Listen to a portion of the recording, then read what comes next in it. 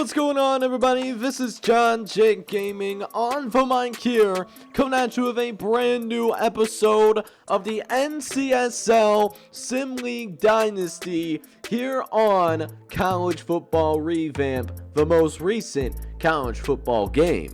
We are here. Been a great season in this first year of the NCSL Dynasty, but today we are going to come out here and we are going to wrap up the regular season. And not only are we going to be wrapping up that regular season, we are ending that first year of the NCSL on a high note. We are going out with a bang in this episode. We are going to be coming out with multiple rivalry games such as the Egg Bowl. That's actually going to be the first game that we do end up seeing in this episode. We also got the Battle of Georgia that we want to go ahead and watch. Tennessee and Kentucky, they're going to go at it up against each other. Texas and Baylor, Michigan and Ohio State, we're going to College Game Day up in Columbus as well. And there is simply a lot more than that going on throughout the country in this episode. So guys, I am extremely excited about this opportunity to get this NCSL week number 14 action underway, and I'm hoping that you guys are as well. And if that is indeed the case, I need you guys to go ahead and do me a big favor. I need you to go ahead and smack that like button for me. Hit that subscribe button as well if you do happen to be brand new to the channel. And with that being said, I can't hold my excitement in any longer. Let's go ahead and check out the football out around the country and see how teams can finish out this first regular season of the NCSL Dynasty. We go ahead and get things started here with the Egg Bowl between Mississippi State and the number 7 ranked team in the country, the Ole Miss Rebels, as Ole Miss is trying to get themselves into the inaugural NCSL College Football Playoff. Winning this game would really help them out with those odds, but Mississippi State, they are no slouch. Led by Mark Barbado at quarterback, the Stanford transfer. He's gonna strike first, finding Drew Wood in the end zone. Touchdown, Bulldogs. And Ole Miss down by a field goal early, but the Rebels will respond. A speed option out to the tailback, Justin Ferwerda. He's gonna take it inside the 5-yard line. And this Egg Bowl going to get very interesting, getting some snow on the ground. Mississippi, not a state that usually does end up getting a lot of snow, if at all, if we're going to be honest with you guys. And now, second and goal for Ole Miss. They start from the 10-yard line, handing it off to Ferwerda. He gets through one defender, and DeMarcus Underwood is able to get back to the original line of scrimmage before that big loss. Now it's going to be third and goal. Underwood looks over to the left-hand side and finds Aaron Pitts into the end zone. Touchdown, Rebels. And Ole Miss is going to take the lead in the Egg Bowl. It will look to extend that lead as well. This time handing the ball off to DeMarcus Underwood. He'll find the end zone for a touchdown. And it looks like Ole Miss might be running away with it. Here is Underwood. He's going to take a defender to the woodshed. And that's a tough look, but DeMarcus Underwood is able to go ahead, pick up that first down. And now a new set of downs for the Rebels as Manson, he wants to scramble for the touchdown, but he drops the ball on the ground. And Mississippi State does get a break. They really needed that turnover in the worst way in order to remain in this football game. But eventually this offense for the Bulldogs, it really has to come out and do something, right? 6 points in this game, that is not going to win you really any football games at all at the college level. But Barbado, he will find his receiver. He'll find the end zone yet again, this time finding Lamar Robinson on the back end for a 16-yard touchdown. Now, an 8-point lead down for the Rebels as we get into that final quarter of action. Mississippi State really having a hard time kicking extra points. They are 0 for 2 on their extra points yet today, and that could really affect them. It already does now, I would argue, because they have to go for 2-point conversions if they want to tie this game up. and that's if they were able to keep him out in the end zone. They don't do that here, as DeMarcus Underwood finds the end zone yet again. And we'll see if Ole Miss goes for the 2-point conversion. They choose not to do that. So a 15-point lead as Barbado tries to cut it down. One little last gasp. And unfortunately, it was just that kind of day for the Bulldogs. They turned the football over 4 times today. And Ole Miss will be able to finish their regular season on an extremely high note. They win 11 games. But up next, we got Georgia Tech taking on the number 11 ranked Georgia Bulldogs in that battle of good old-fashioned hate. We'll see if Georgia Tech can pull off the upset. Georgia, while they are ranked in that top 15 in the country, they have shown themselves as vulnerable at certain points of the season. They've been tested in this back half of the regular season. But here we go, 4th and goal. They're actually going to go for it here on 4th down, and just a parting of a Red Sea for Elliott Hartman. He'll get the first touchdown of this good old-fashioned 8 rivalry game, and allows Georgia to open up a 10-0 lead. But Lance Lewis is looking to try to cut that deficit down here late in the first quarter. We see him with a 1st and goal opportunity. He's going to hand it off to the tailback. He actually's got the edge, and it looks like Robert Smith will find the end zone. Touchdown for Georgia Tech. And the Yellow Jackets are right in this game, so still could go either way, even after more than a quarter of action. But then throwing over the middle of the field, finds a receiver, and that was thrown on a rope for Andre Bryant. That allows the Bulldogs to extend the lead there. And then later on in the second quarter, they'll set up the halfback screen, and untouched as Adam Williams will take that into the end zone for a 14-yard reception. So Georgia really opening things up against Georgia Tech. And at this point in the game, Georgia Tech's just trying to remain competitive somehow, some way. It helps if they could get some more points on the board. They have not scored since they cut it to just a field goal game, but they're going to run this triple option here, and that will be a score for Lance Willis. He'll run his way into the end zone for the Yellow Jackets, and they'll even go for that 2-point conversion as well to make it a 2-score game. Trying to throw it out, and it's going to be no good. 2-point conversion will not be successful. So an 18-point game for Georgia, and it's going to be a little bit bigger as Adam Williams finds the end zone yet again. And Georgia really showing why they're one of the best teams in the country. They win 45-20 as they also reach double-digit wins. But we got a bunch of other games getting ready to get propped up and ready to go. But before we check out that Michigan-Ohio State game, and that's actually where College Game Day goes, we're first going to check in on Tennessee taking on the Kentucky Wildcats. This is actually a rivalry game as well. But not only that though, Tennessee, while they have been pretty disappointing preseason top 25 team, they have not gotten that job done whatsoever. At the very least, so if they can win this game, they will at least be bowl eligible. So this is a big game for Tennessee. We'll see if Kentucky can come out and play spoiler, but it looks like Noah Bevery is looking to prevent that as much as possible. And Tennessee opens up with a 10-0 lead. However, Kentucky threatening for the first time today, going to call the halfback screen. Able to break one tackle, and Eric Engel absolutely gets lit up like a Christmas tree, but does get the Wildcats a lot closer to that goal line though, and then going to call a jet sweep for Justin Terry. And Justin Terry will find the end zone for the first time for the Kentucky Wildcats.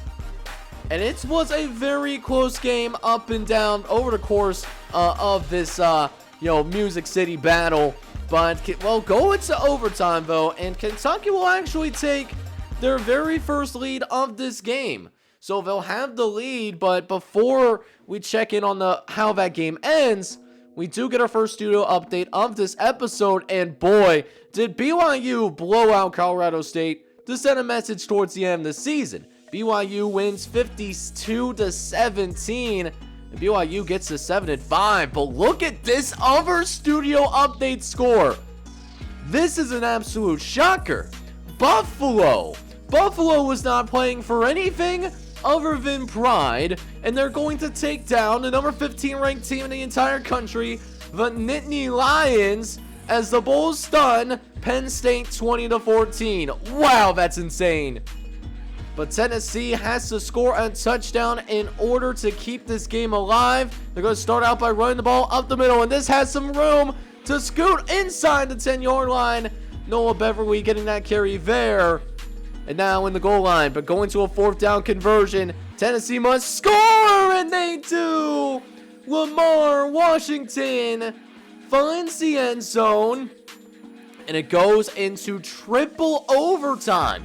Triple overtime. Kentucky gets a field goal, makes it 30-27, and that was to try to win the game. Well, the game was won on that play, but it was not for Tennessee. No, sir. Noah Wall is going to single-handedly end the season for the Tennessee Volunteers, as they will finish the year 5-7 like Kentucky does, neither going to a bowl game. But now we check in on the number 24 ranked team in the nation, the Baylor Bears. They'll be taking on the Texas Longhorns. But how about this throw to Adam Allen? Oh boy, that was an absolute dime of a throw there. And Texas coming out strong against the Baylor Bears as well. They're going to be up 14-0 early before we do finally see Baylor find the end zone for the very first time with Ryan Richardson. That does cut it down to just a 1-possession game. But Baylor looking to tie here in the second half. Going to throw over to the right-hand side. Finds Bobby Ingram. And Bobby Ingram will be able to find the first down marker there. Sets up a goal line situation just 2 yards away from tying this game up. Quarterback's going to keep it. Mike Stewart. He's going to be responsible for keeping that football, and that will be in the end zone too. That will tie this game up for Texas and Baylor. So 14-14 all as Texas tries to retake the lead. They had such a strong start at the beginning of the game. I really thought that Texas was initially could run away with this game, but we didn't see that. Baylor just stays with it. And now here we are with 7.5 minutes left to go in the game. They have a shot to win the whole damn thing. Richardson drops back, and Mike Stewart gets absolutely crushed. Adam Gore gets his 2nd sack of the day. That makes it 2nd and 17. Basically a goal line situation, but Stewart looks calmly over to the right-hand side. And look at that. He's going to have himself a first down thanks to the Ryan Richardson reception. We'll see if they go right back to him to try to finish the drive off. Breaks a tackle. Richardson to the corner and is going to score. Baylor takes the lead, and they will hang on and win 21-14. Ends up being your final score. Baylor with an impressive season. They win their 9th game. But now we go and get into the college game day special here in week number 14. This final week that we do have going on here in the regular season. We got Ohio State ranked number 20 in the country. They are hosting the Wolverines of Michigan. Michigan ranked number 4 in the country. They got a real good shot of making the college football playoff, but they're going to try to send a message to Ohio State. Let them know who the big daddy is now in this rivalry game. They just call it the game, and that is just going to be called a touchdown for Mike Williams. And he will get the scoring started here in one of the most known rivalry games in college football. Jumping into the second quarter, though, as Robert Tucker tries to make something happen to try and tie this game late in the first half, but it's going to throw an interception. Jason Jones, probably one of the easier interceptions that he's going to have, and it does lead to a field goal for the Michigan Wolverines. But the Ohio State defense as well has really come out in play as well. I mean, it's not that they're losing because the defense is playing poorly.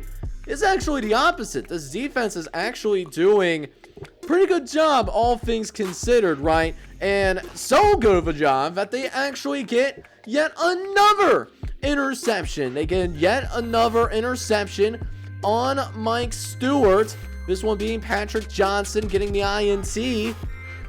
But for the case for both of those turnovers, Ohio State can't take advantage. So, they could have been in the lead right now, but they just don't do that. John Blair, that he's actually the best player in the country from an overall standpoint. He's the over 99 overall in this Dynasty file. Well, I mean, you can see why he's such an explosive player. Had a 32-yard run. Then Mike Williams is going to score yet another touchdown. Makes it 20-3 your score. And it looks like Michigan is just poised to run Ohio State out of the building. I mean, this is another ranked team. This was an Ohio State squad that I think was ranked number 1 in the country at some point. The fall from grace for the Ohio State Buckeyes has really been incredible, especially with that heartbreaking loss to Cincinnati earlier. But even though they're down by 17 with 5 minutes left to play, they're not going to give up so easily. Nick Allen's going to get an interception. Does set up the Buckeyes inside the 10-yard line, a goal line situation. And finally, Earl Thompson is going to score for Ohio State. They'll go for the 2-point conversion as well, make this a 2-score game. But Robert Tucker doesn't do anything with it, unfortunately. He short throws his receiver. So an 18-point deficit for Ohio State, and it just really begs the question, you see this Ohio State offense wake up. Where was this the entire game? If Ohio State's offense was playing like this the entire game, we might have been talking about Michigan taking their first loss of the season, but instead, here we are, Michigan up 27-15, and that does end up being your final score as well. So Michigan does end up finishing their undefeated regular season. They will finish the year up at 12-0 overall. But now we get another double box update and 2 games that are actually ranked in the top 25. First and foremost, we'll check on the biggest game that we have in this episode. We got UCLA, who actually is the number 1 team in America.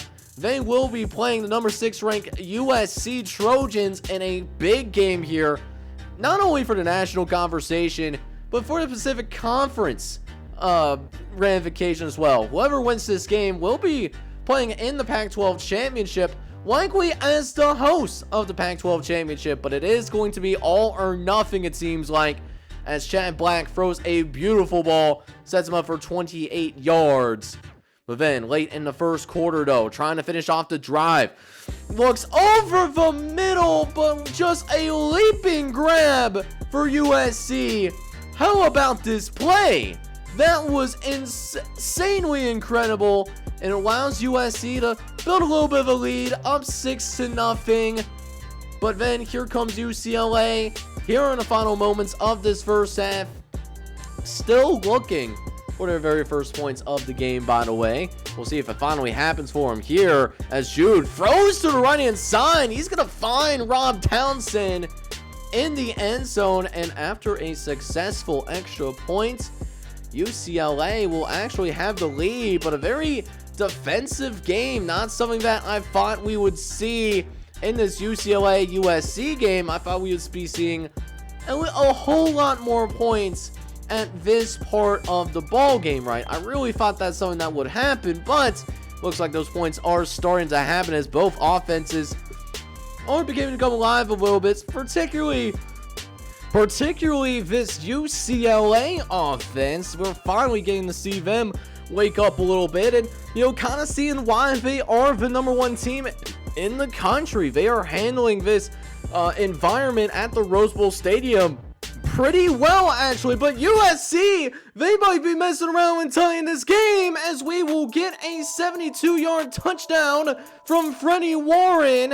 And if they get this 2-point conversion, all of a sudden, we're working at a tie ball game, and it's dropped. Oh, the receiver had it in his hands, and he drops it. That's crazy. So UCLA has a 14-12 lead, but that lead will grow back up as JB Owen is able to get a 10 toes down movement into the end zone. Ryan Jude having a good day for the Bruins, by the way. He has 3 passing touchdowns in the game. We'll see if he can make it 4 as Jude's got some time, but throws an interception instead. And it looks like it could be some trouble. Eventually will be brought down at about the 40-yard line as Neil Johnson able to pounce at the right time. So 21-12 your score, but Warren Williams is going to give it right back to UCLA. So a chance for the Trojans to get back into this game, and they fumbled the bag. They really did fumble the bag. And now USC, they got to get a stop here somehow, some way. There's a fumble. Sam White's going to recover the fumble in the end zone, and it's still going to count as a touchdown. So UCLA, they might be starting that celebration now at any moment. They're actually going to go for 2, though, which I thought was really interesting. Didn't really see if a need to go for 2 necessarily. So it does end up being a 15-point game anyways, as Warren's going to look over to the left-hand side, throws a strike to Jason Clayton for a 25-yard touchdown. Not a touchdown, actually. They will review it, and it's, actually down at the 1-yard line. But Warren will finish the drive off eventually. He's going to run for a quick little scamper, gets it into the end zone. We'll see if they go for the 2-point conversion or not, but it looks like they actually are trying to do this. We'll see if they can convert the 2-point conversion, and they do. The 2-point conversion goes, but unfortunately, USC cannot recover the onside kick, so they actually lose their second game of the season, and it's UCLA. They are going to win 27-20, and just like Michigan that we just saw earlier, they will finish the regular season undefeated.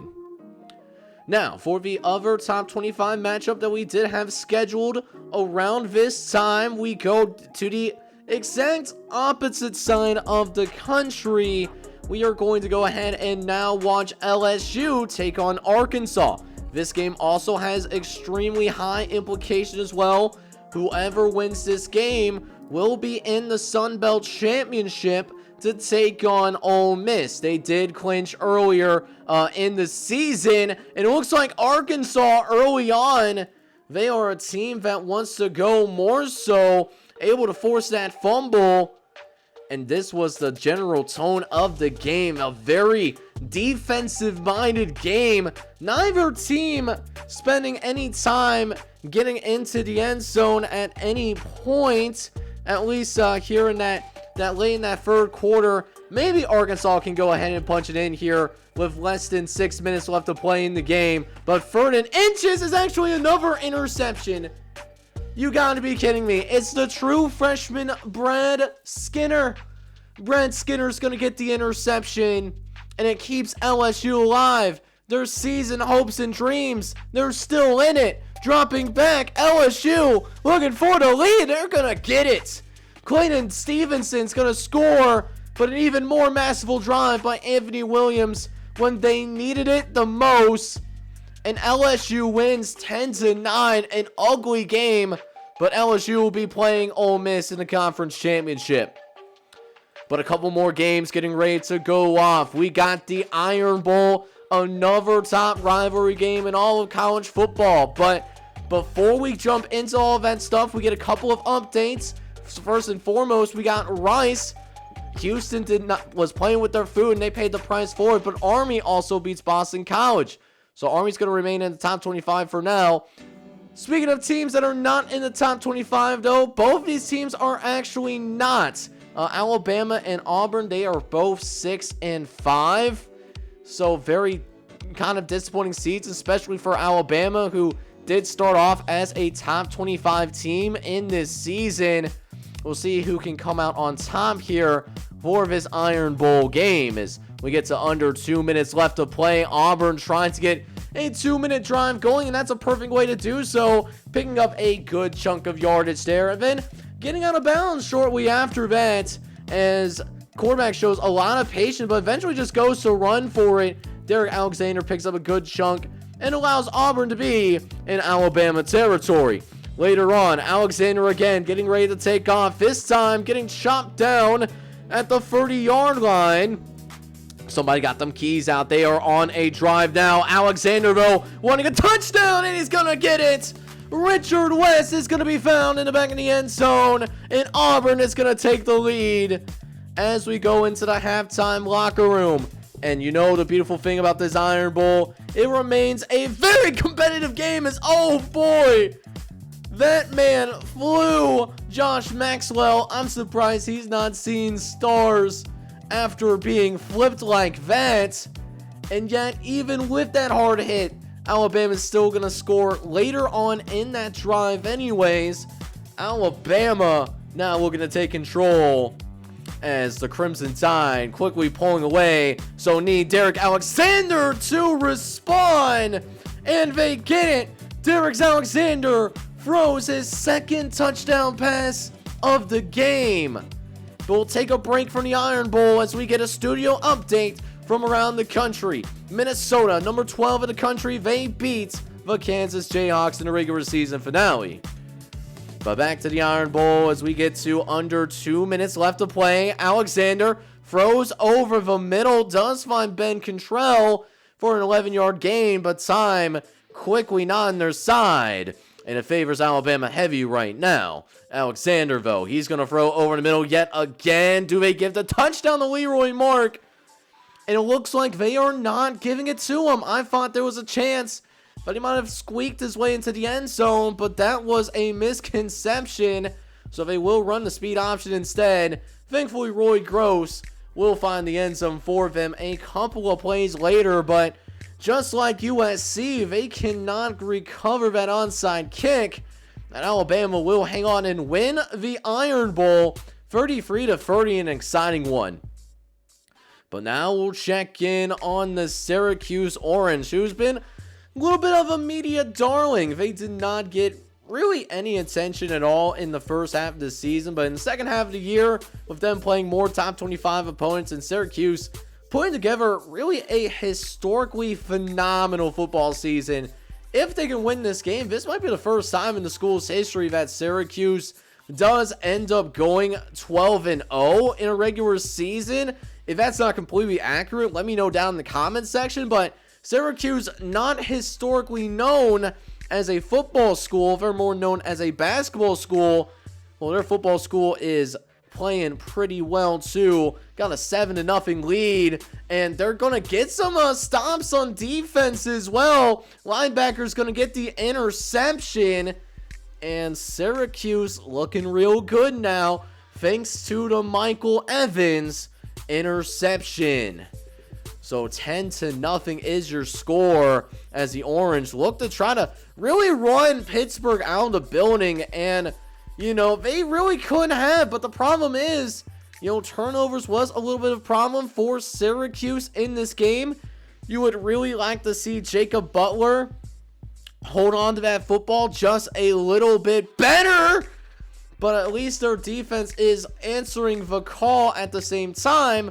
They get yet another interception on the defensive end, this time being Mike Jones, who's going to get that INT, and Syracuse will get a field goal off of that. So 13-3 is your score, as a dot to Malik Woods in the back of the end zone, and all of a sudden, this gets really interesting now. Two teams going at it in the Northeast, playing for very meaningful football late in the year, as Anthony Lewis scores yet again and slams the door on a possible Pittsburgh Panthers comeback. So Syracuse, of all teams, they were not on the radar at all to start this season, but they're going to the conference championship game in the Conference USA. They're one win away from going to the playoff. But we got a few more games getting ready to kick off, and definitely some top 25 teams in action as well. Duke, first and foremost, they will be taking on the number 21 ranked North Carolina Tar Heels. This is the battle of the Tar Heel State. This is a absolutely insane rivalry game in basketball. Not as crazy in football, but these two teams still hate each other. Speaking of things you hate to see, Appalachian State losing on the road to Wake Forest, so App State is just short of a bowl game. So, that being said, Duke actually makes this ugly with North Carolina early, down 7-2. That does end up being your score at the end of the first quarter, as Brian Reese was not able to punch that in the end zone just yet. But Duke, Duke is only playing for pride, and one of your custom coaches is on here as well. Defensive coordinator William McNair, a channel member, so shout out to PJ McNair. This is your defensive coordinator, which I probably should have kept to myself in the event that North Carolina goes on to score a lot of points, so that you end up being a little bit more anonymous. But North Carolina does end up taking the lead, and then later on in the second quarter as well, gonna see a dump off to Jeff Brennan. That gets him a lot closer to the end zone, a 6-yard gain. So it makes it a manageable 2nd and 4, as Reese is gonna try to run for the end zone yet again. Does run into the linebacker, as the linebacker does get some, makes it a little bit harder for them to score, but eventually we will see Cole Hunter. Well, he's going to be doing his job here. He's going to find the end zone for the Tar Heels. They do go for the, I thought they went for the 2-point conversion. That did not quite happen. But yeah, that being said, you never know what's going to happen in this ball game, as we're out here right now, and Duke actually does have a shot to win this game. It depends on what happens in this final drive, but it looks like those prayers are not going to be answered. There will be no major upset, at least in this game, and North Carolina will remain in the top 25 for now. They beat the Duke Blue Devils 22-17. But here we are, we get a studio update out in the Midwest, and I'm surprised that ESPN covered this game. Bowling Green does end up winning 23-20. You want to talk about a team that really had big expectations for itself after they beat Oklahoma in week 1. Bowling Green was that team, but then they lose 7 of the next 11 games. A little disgusting if you really think about it. So Bowling Green, even with that big time win, they only finished with a 4-8 record. But Texas A&M, they are playing Missouri, and Texas A&M, they are ranked in the top 10. And Texas A&M, one of those teams that, even though they haven't been fantastic in gameplay, they have been absolutely wonderful in the simulation. So that's why they find themselves in this spot to where, depending on what happens here in this episode and next episode, they could be going to the college football playoff here in year number 1 as well. But Missouri, they are playing extremely hard themselves. They are trying to make it to a bowl game too, and they need that 6th win. If they don't get the 6th win here this weekend, then Missouri's going to be starting their offseason a little bit early, and that is certainly going to be a very hard conversation to have. But Missouri's going to come back and win this game. That interception by Lawrence Hughes is going to be a big one, because it really smarts the Missouri team. A chance for them to go ahead and tie the game, and they do. Touchdown Missouri, and the Tigers are all knotted up with the number 10 team in the entire country. They have that shot, or at least that's what I thought they had. They missed the extra point, so Missouri is actually down by 1. But here comes Missouri yet again. Another red zone opportunity, this time to take the lead. It's a read option. One man left to beat, and James Bryan is able to get him out of his shoelaces. Missouri scores again, and they will go for the 2-point conversion now. Bryant dropping back, trying to run for the 2-point conversion. That's not successful, but they will carry the lead into the 4th quarter nonetheless. 1 quarter away from a massive upset and to be bowl eligible too. How about this run? A very determined run by Justin Triplett. He's going to score for the Missouri Tigers. And now 29-17. This could be the dagger for Texas A&M. If they can't keep him out of the end zone here, they're trying to run him off the building. Bryant trying to run for it. That's not going nowhere anytime soon, as Chip Coley will be responsible for his 2nd sack of the game. But here we are, 2nd and goal, trying to set up the pitch, and the ball is loose, It's on the ground. Texas A&M, they are going to recover the fumble, but they can't do anything with it in time. So Missouri pulls an absolute stunner, taking down Texas A&M. But we go to the battle of the Palmetto State as South Carolina takes on the Clemson Tigers here. This is a rivalry game that has gone for quite some time, even though these two teams, for a very long time actually, have been affiliated with different conferences. They still always play with each other, and even in this new NCSL universe, that is still going to be the case. But South Carolina making it fun for Clemson early, up 17-10, but looking for a tie game, and looks like Clemson, they're trying to cook something up. We'll see if this offensive coordinator for Clemson will allow him to keep cooking. Sure enough, he does, but he cooks it. He burns it bad. He's going to throw an interception. This could be some trouble, though. Nice effort by the tailback to ensure that it's not a pick six. But South Carolina carries the lead into the halftime locker room, and not only has the lead, but extends their lead. Clemson trying to score here, looks to the receiver on the outside. That is going to make it 1st and goal. And Clemson, a team that done very well moving the ball up and down the field, but have not finished drives necessarily today. That's why they only have 17 points, even though, you know, they have over 300 yards of passing. It's absolutely insane. But they do have a chance to tie this game, though. Still a lot of football that is left to be played, and they got a chance to tie it all up. 24-17. It's going to be an option over to the left-hand side. Pitches it out. He's got the corner, and Gary Williams is going to score. Makes it a tie game. But South Carolina came in here to try to break some hearts. And this is going to be a heartbreaking way to lose. That field goal that you saw was the game-winning kick, and South Carolina is going to take care of Clemson. But here we are now, late in the season. Another rivalry game. I'm not sure what trophy. I think it's something with the jewel stick thing.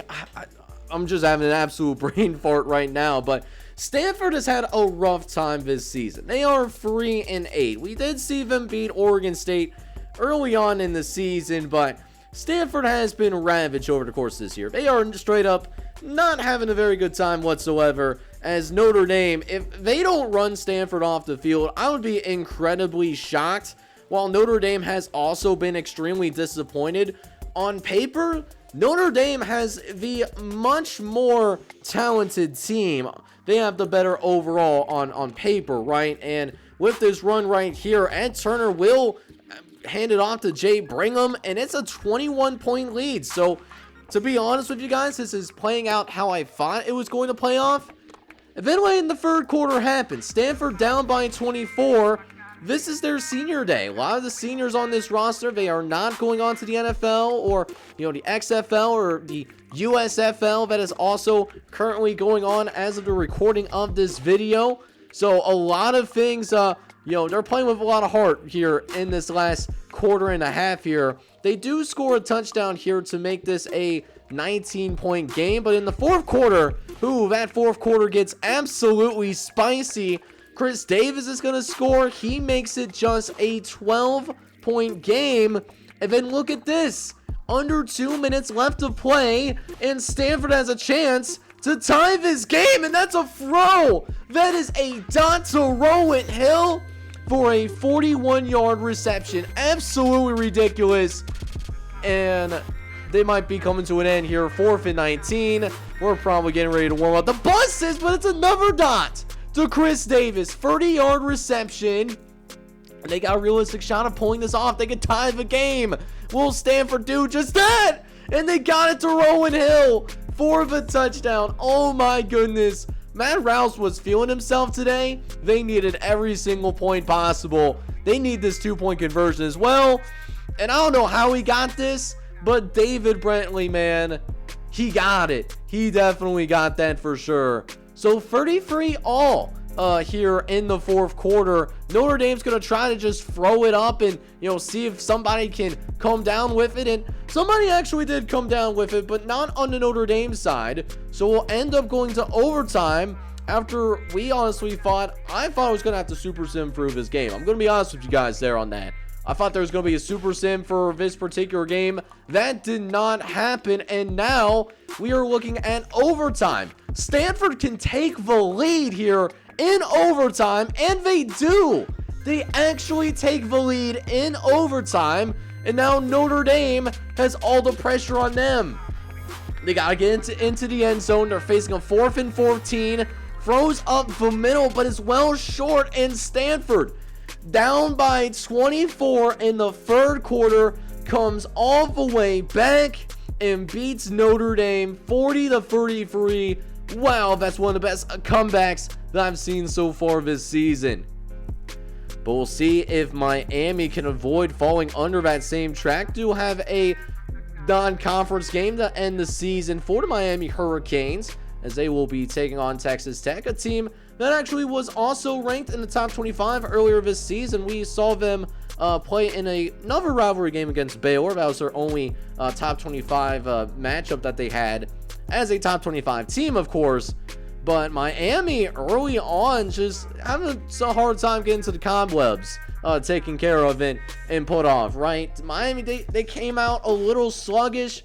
Maybe they're looking forward to next week. They're already going to a conference championship. They already have that in the bag. But Corey Titans will finally give Miami first lead of the game. And I'm surprised that Miami is this close to Texas Tech, to be honest with you. Casey Carter throwing for over 200 yards in that first half. And then we understand why.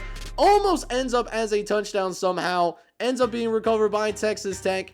And that was really a big deal for Miami. Not only was there some turnovers, but their running back room was starting to get decimated in this game, right? They were already down their starting running back to start the game, but they lose their second string running back as well. So that room is getting a little bit sparse, looking a little bit empty, I would say. And running the football is actually a pretty big thing for the Miami Hurricanes. Allows Texas Tech to actually take the lead, by the way. They will score, and they'll also go for the 2-point conversion as well, which is successful. So Texas Tech, a chance to pull off an upset of a lifetime themselves.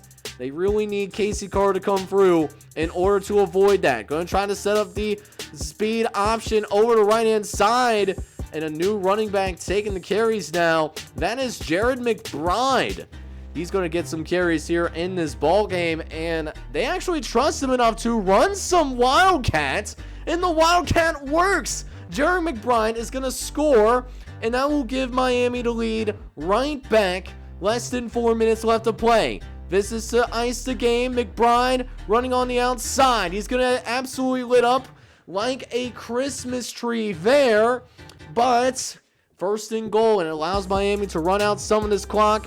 Casey Carter. Hey, Mr. Carter, tell me, how have you been? Well, he's doing perfectly fine now as he finds the end zone for yet another touchdown. Miami did not play their best game by any stretch of the imagination, but they do enough to win, winning 28-20. But here we go, just a couple more games left, not only in this episode, but in the entire regular season. And one of the late night games that we had was Utah going on the road to take on the Buffaloes of Colorado. And look at Colorado's record. They come into this game 9-2, and we're going to find out why they're not a top 25 team, because I don't understand how you can have that impressive of a record and not be a top 25 team this late in the season. It's not even that the Mountain West Conference that they're both in, it's not even a terrible conference. It really isn't. The MAC's actually the worst conference in the country, and you're gonna see why I feel that way in towards the end of this episode. But Utah, all this talk about Colorado and how good they've been, and how they could make an NCSL college football playoff if they were a better preseason ranking. Well, Utah's sick and tired of it, and Willie Bradford, he's going to really take control in this game late in the third quarter. He actually have a chance to give Colorado their first deficit of the game, which is exactly what Willie Bradford does here. He does find his way into the end zone there. So here we go, last quarter. This is for our Marbles. Gonna hand it off. Bradford on the outside. Makes a man miss. Hang on now. He's still on his feet. And Matt Gaver picks up a few extra yards. That's just a man that, kept his feet moving. And now in 2nd and inches situation, setting up the read option. And Bradford scores in the end zone yet again. Utah retakes the lead against the Buffaloes. They're going to be looking to ice this game as well. Less than 2 minutes left in the ball game. Bradford going to run it on the inside.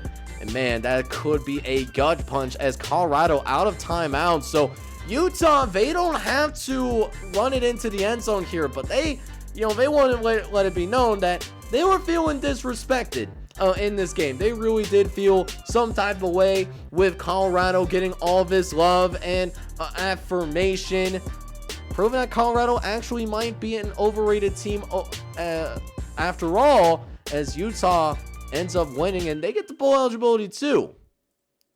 But now we are down to our final game left in this episode, and it's just simply called the Civil War. Oregon State and Oregon, two teams that are already confirmed to go bowling here in the bowl season.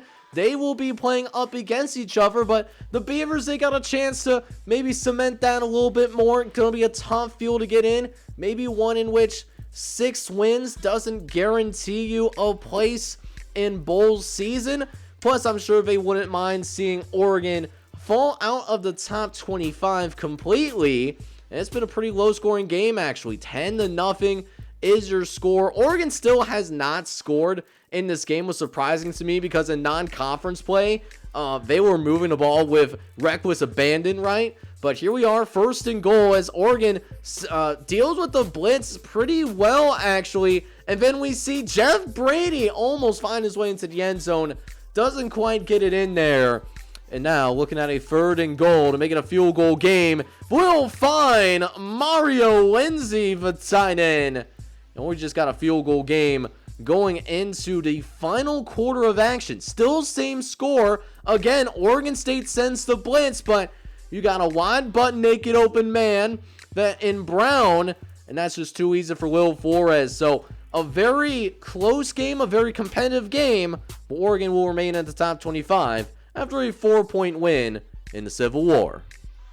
So we take a chance now to take a look around the NCSL in terms of other games that we might have missed outside of the national broadcasted games. And we start with Remy Natalius. He's the offensive coordinator for Wyoming. He will finish his debut season on a bummer as he loses to Boise State 49-17. Boise State blowing the doors as they prove that they deserve to be ranked, and Boise State will finish the regular season with a guaranteed double-digit win year. As for Virginia Tech, they are going to take it out on their heated rivals, the Virginia Cavaliers, 42-7. That means the Hokies finish with a solid 7-5 record, and we should see them in bowl season. However, I cannot say the same for the Cavaliers, who finished with just a 3-9 record. California Bears will also move up in the AP polls as they finish their regular season off against the Nevada Wolfpack. Nevada had a chance to go bowling but falls a couple of touchdowns short, losing 28-14. Navy will also finish their regular season on a high note, finishing with a strong 10-2 record. Navy beats Maryland 45-14 as Navy is now ranked as the number 15 team in the entire country. Kansas State, however, will finally get a little bit of love as they go now ranked in number 24 in the nation. They do this by beating Iowa State in a shootout 44-37, and it took the committee enough time to rank Kansas State as they finished with a very impressive 9-3 record.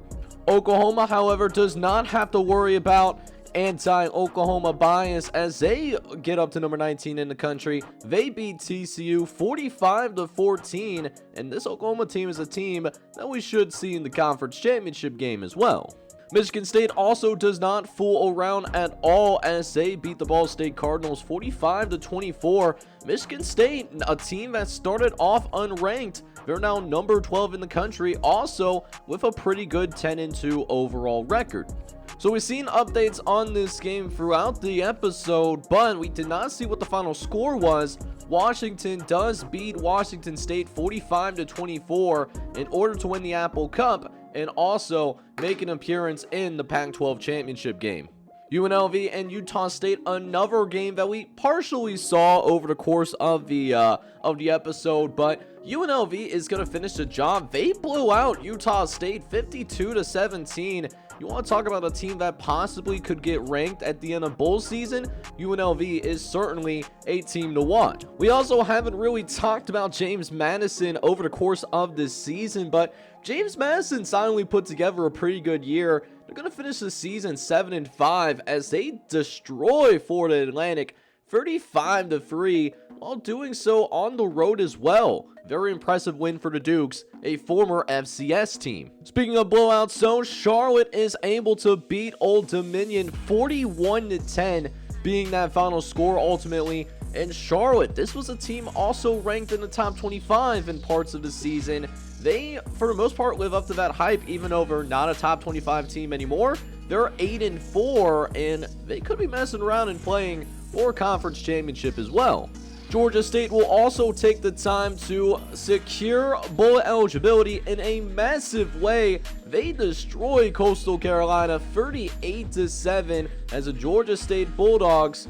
They'll see where they're going to go. We'll see what bowl invite will be waiting for the Georgia State Panthers. So after all of the regular season games have officially been played, this is what the conference standings look like in terms of how the conferences stack up against each other. Now, this is very important to see here because how the automatic bids are going to be determined is going to be a little bit unique. Might be a little bit controversial, but you know, we like to keep it spicy over here.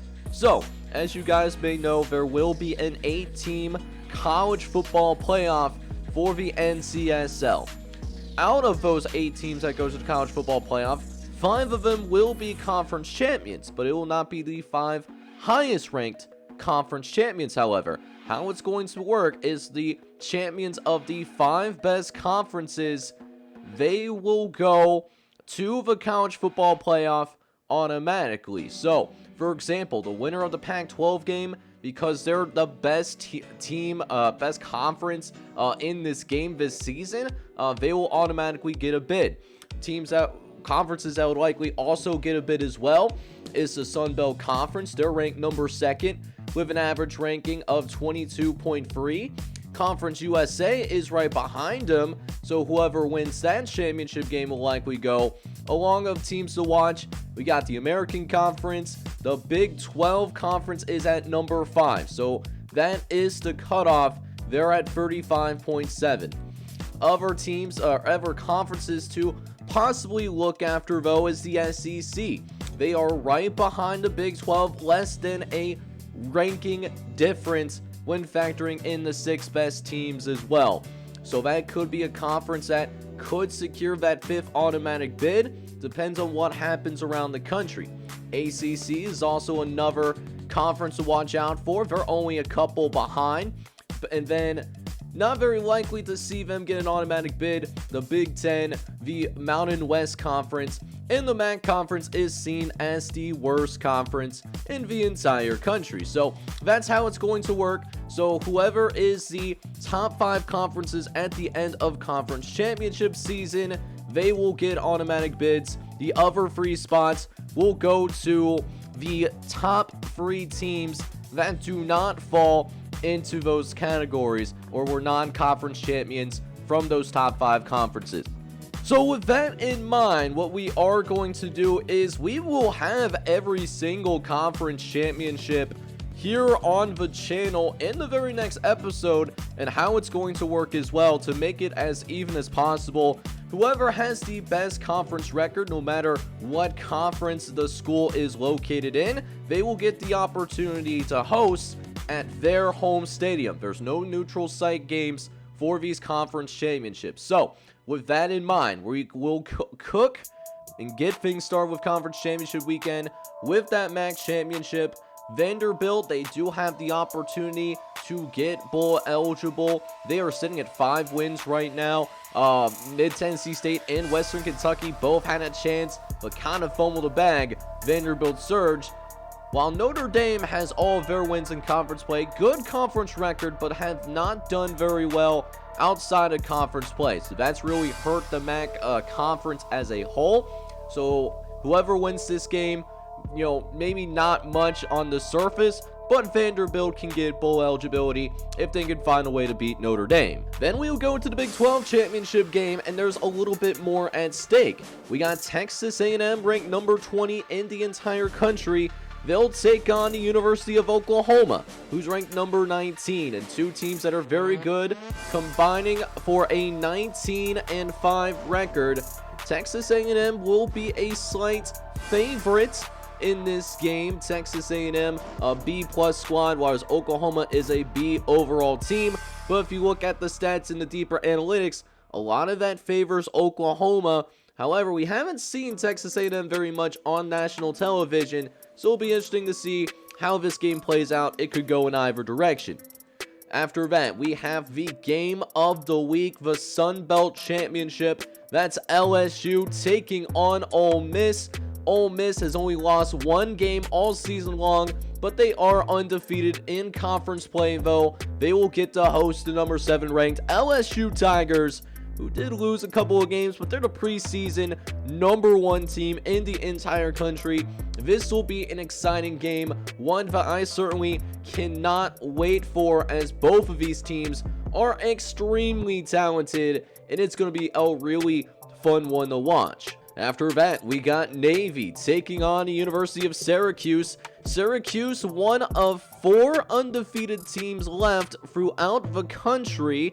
One of them is the Syracuse Orange, who started the year off unranked, but proved that, hey, they are capable of winning a national championship. They are 1 game away from doing so, as they do host the Navy Midshipmen, who are ranked number 15 in the entire country. They're a good football team as well. These two teams have played each other before, and Syracuse has won that. Speaking of rematches, we get another early season rematch between Georgia and Miami. The Hurricanes, another undefeated team. They are ranked number 4 in the entire country as of right now. They'll take on a Georgia Bulldogs team that is also ranked in the top 10. Miami has been one of the most dominant teams in the entire country as well. However, on paper, Georgia does have a slightly better team. They have an A+ defense as well, so an absolutely elite defense that the Bulldogs do possess, although they haven't lived up to that billing necessarily. However, Lee Corso is picking Georgia to win this game.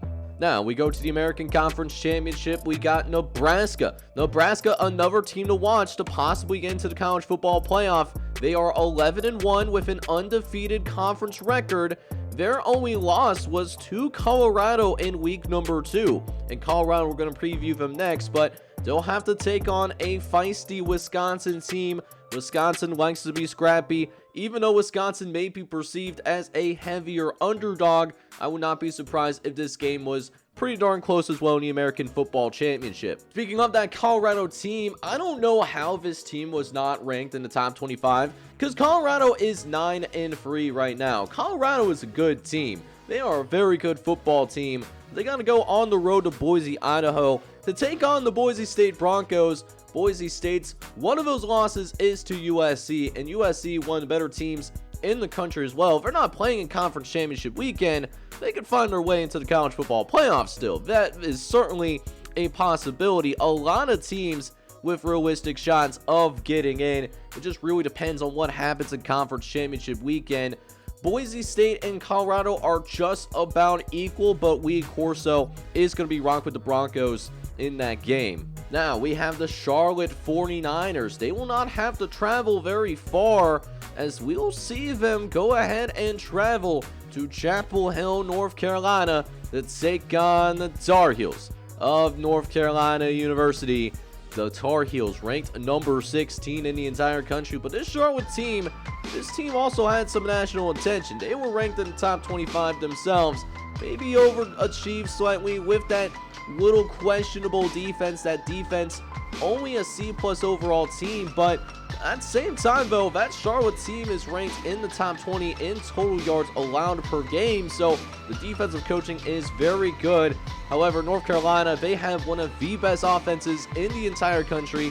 They're ranked in the top 10 in points per game, and they're also in the top 5 for total offense. I expect this game to be quite a shootout between these two teams, but I think North Carolina is going to come out on top, and Lee Corso, he's going to agree with that assessment as well. So just a couple more games left for conference championship previews, one of which is the Pac-12 championship, and I'm surprised that this game right here was not the game of the week. I was really surprised by that, because this game has college football implications for sure. UCLA and Washington, they are playing up against each other. UCLA ranked number 1 in the entire country, whereas Washington, they're ranked in the top 5. They have not lost a single game since a week number 3 loss to the Penn State Nittany Lions. They have been on a 9-game winning streak since then. UCLA obviously on a 12-game winning streak, so make what you will out of that. This could be an interesting game as well, and has college football implications.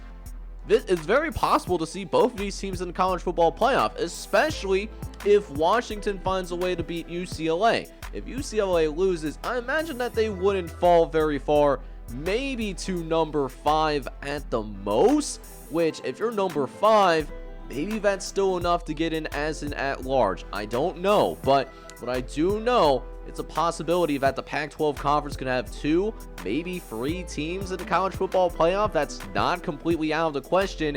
So this is going to be a very interesting game to watch. I think this particular game is going to have the biggest national impact on what's going to happen around the country in terms of what that playoff bracket's going to be looking like. So the final game that we have in store is the Big Ten Championship, and look at this, guys. Cincinnati, the Cincinnati Bearcats, they squeaked their way into the the conference championship game in the Big Ten Conference. Cincinnati was a team that started 0-5. They were 0-5 to start the season. They've won 5 of their next 7 games, and while Cincinnati is not bowl eligible right now, they have a puncher's chance to make that happen. It's one game, 9 times out of 10, Michigan would probably win this game, right? That's something that would probably happen, but you never know what could happen. Although Michigan is going to be a big favorite, they have the much better team on paper than what Cincinnati does. I applaud Cincinnati's effort, but it looks like they're going to be coming in for a reality check here, though, as I think Michigan is, and I hate to say this as a supporter of Cincinnati athletics, I really do. I think Michigan's just going to be too much. If there's going to be any blowouts in this conference championship weekend, this is the most likely place to make it happen. Although Cincinnati could very easily shock the world, you never know what can happen on any given Saturday. So guys, that is going to wrap things up here for conference, as the preview for conference championship weekend, as we also wrap up the regular season. What do you think is going to go down in conference championship weekend? And also, what do you think is going to happen in terms of what's your thoughts about the 8 teams that could possibly make the college football playoff? Let me know down in the comments as well. But for now, I'm going to sign off, but I hope you guys did enjoy this episode. If you did, make sure you go ahead, smack that like button for me. Hit that subscribe button as well if you do have to be brand new to the channel. This is John J. Gaming on the mic signing off, but hoping you guys are all out there having a good one. Take care, everybody.